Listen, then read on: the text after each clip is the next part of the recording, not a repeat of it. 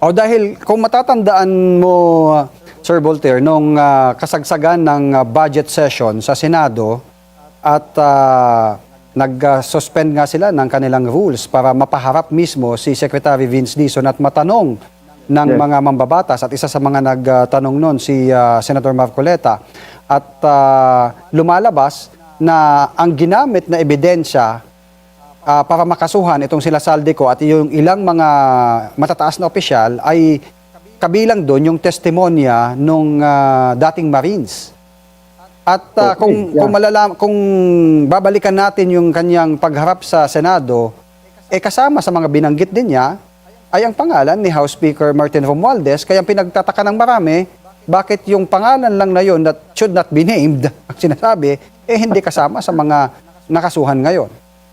Totoo yan. At palagay ko, malaki ang utang ng Malacanang dito. No?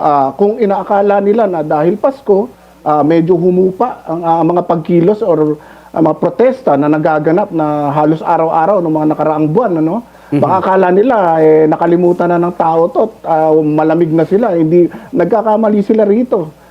Sapagkat sa 2026, we can see a lot of protests resuming again, especially na, para bang ang nangyayari rito ay yung apoy ay parang, kumbaga, parang binubuhusan mo ng gasolina dahil sa pagkaka-failure, no? To really